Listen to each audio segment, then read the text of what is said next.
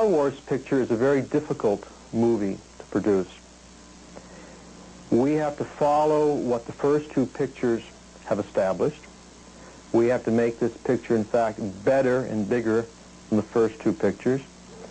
And it takes a great deal of pre-production and planning and a very clever and well-thought-out story, a script that has no fault, and a great deal of time, money, energy, a huge amount of love, and an enormous number of crew members. George naturally wanted to find a director that he could work with, somebody that would appreciate his work. He certainly found that, because I was a Star Wars fan from the day one when I saw the movie. I think George also was looking for some of the qualities which I think I was able to bring to this movie. I'm a huge romantic. I've got an enormous amount of time and heart for the depths that this film has. I care enormously about the relationships and the way that they're developed in this movie. I care about relationships in real life. George Lucas always likes to give, well, everyone a hard time, but the thing he can do with R2 and 3PO is to really beat them up and sort of pull them apart, as happened to 3PO.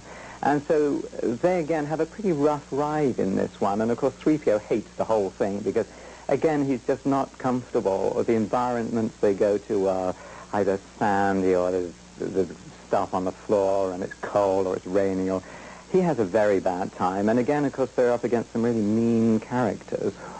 We will tell you in Return of the Jedi who the other is. Is Darth Vader really the father of Luke Skywalker? Who winds up with the princess? Who lives and who dies? And all the major questions the audience would like to hear. Obviously, we can't answer all the questions.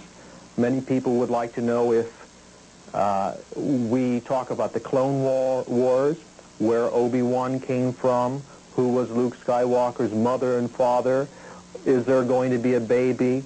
We can't answer all the questions, but the major ones, yes, and the audience, I think, will be satisfied when they leave. Everybody wants to know about the sort of creatures that are going to be around, and in Return of the Jedi, in my opinion at least, George has come up with the most startling group of new characters, various people, things that you've never met before. And what was exciting for me is that not only do they look good on film, because I've obviously seen them, but they're kind of fun to act with, even if they're, 20 feet high and kind of make funny noises. It is like working with a real thing, because they do exist, actually, in the studio, just as much as they do on the screen. This film is so full of new characters. It has all the old characters. There was a temptation maybe to leave some of them out and to assume that we had seen them in the other movies. And I and Lawrence Kasdan, the writer, both just screamed when we heard that maybe Yoda would not be in the film, or maybe somebody else would not be in the film. And we said, no, please, we have to have these people that we all love and trust and know. They're like old friends.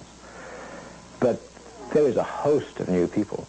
So some of the shots in Jedi might take a week or so, maybe some of them even longer in the works. Not that we'd be working on it every moment for a week or so, but by the time you're through shooting, you may have spent weeks or on and off for even a couple of months on something. Other ones we can get done in an afternoon. It really depends on how complex the shot is and what technique is necessary to do it. Some of the shots in the Rancor K-pit were done 2 or 3 a day of the Rancor creature, whereas other shots of some of the walking machines might take 2 days, 3 days to shoot one machine. We did not set out to top Star Wars or Empire Strikes Back. Our goal is to make a picture that everybody will enjoy, will love to see, will want to go back again the second time, perhaps the third time, and resolve all the questions that have been asked in the first two films. We've not set up a percentage of box office compared to the last two pictures. We feel that if we make a good picture, a picture that people will love to see, and I think we have, the picture will do very well. One thing that nobody can predict, because nobody can second-guess audiences around the world, is what will happen to the movie, whether the audiences will love it or not. I personally love it. I think it's a high point in anybody's life to have been involved in this movie. Whether the audiences like it is entirely up to them. Nobody can second-guess the audience around the world. But I think that we'll find that they'll respond tremendously to it.